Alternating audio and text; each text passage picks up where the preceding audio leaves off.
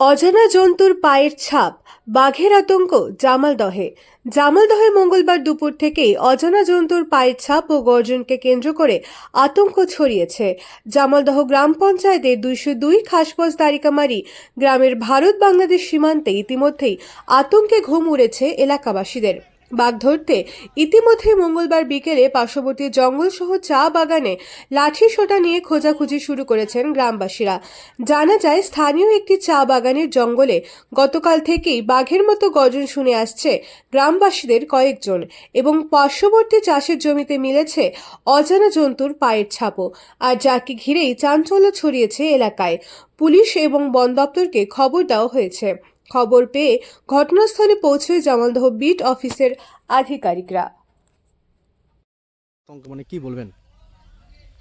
হ্যাঁ, আমি মোটামুটি 3টার দিকে খবর পেলাম যে 202 খাসবাস দারিকামারিতে একটা বাঘের আতঙ্ক সৃষ্টি হয়েছে। তো এখানে এসে দেখলাম যেটা অনেক লোকজন এখানে জড়ো হয়েছে, বাঘের একটা আতঙ্ক আছে এবং পায়ের ছাপও এখানে দেখলাম। সেই পায়ের ছাপ আমি আমার রেঞ্জার সাহেবকে পাঠিয়ে দিলাম। উনিও বলল যে ওখানকার লোকাল লোককে সতর্ক থাকতে বলবেন, যদি হয়ে থাকে হতেও পারে, তবে হবে কি না এইরকম কনফার্ম কিন্তু নয়।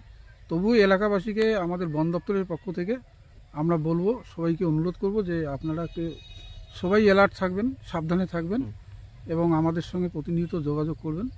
আমরা সবসময়ের জন্য বন দপ্তর প্রস্তুত আছি, যাতে করে এখানে কোনো রকম এই বন্যজন্তু বাঘ কোনো হিংসাত্মক ঘটনা ঘটাতে না পারে, তার জন্য আমরা বন দপ্তর সর্বদা প্রস্তুত আছি। আপনার নাম?